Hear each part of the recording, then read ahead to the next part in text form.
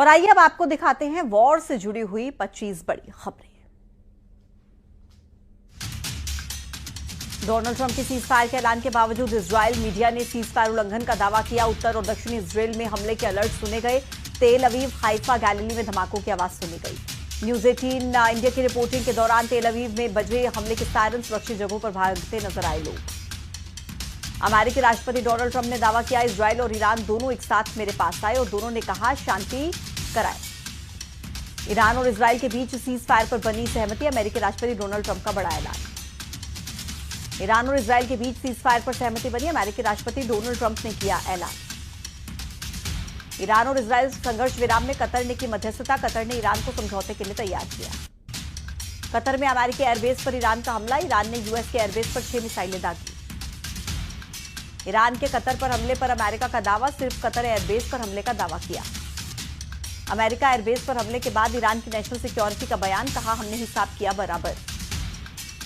Qatar में Iran के हमले के बाद कई देशों ने अपने एयर स्पेस बंद किए। कतर के बाद यूएई और बहरीन ने अपना एयर स्पेस बंद किया। ऑपरेशन सिंधु के तहत इजरायल और ईरान में फंसे भारतीयों के लौटने का सिलसिला जारी। सीज फायर लागू होने से पहले इजरायल पर ईरान ने 6 ताबड़तोड़ हमले किए। ईरान ने इजरायल के बीर शेबा में बैलिस्टिक मिसाइल से हमला किया। बीर शेबा शहर पर बैलिस्टिक मिसाइल अटैक कैमरे में कैद हुआ। ईरान के हमलों में इजरायल में तबाही। बीर शेबा शहर में कई इमारतें तबाह। ईरान का मिसाइल अटैक कैमरे में कैद। साउथ इजरायल के शहर बीर शेबा में दागी गई मिसाइलें। तेल अवीव के अलावा बीर शेबा में भी ईरान का मिसाइल हमला। बीर शेबा में ईरान ने ताबड़तोड़ हमले किए, कई इमारतों को नुकसान। इजरायल के बीर शेबा शहर पर ईरान के हमले में भारी नुकसान।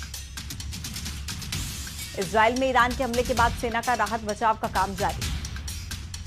इजरायल के वॉर जोन से न्यूज 18 की जाबाज रिपोर्टिंग। इजरायल में जहां हमला हुआ वहां सबसे पहले पहुंची न्यूज 18 की टीम। इजरायल के बीर शेबा में ईरान का मिसाइल से अटैक। बीर शेबा में 13 लोगों की मौत की खबर।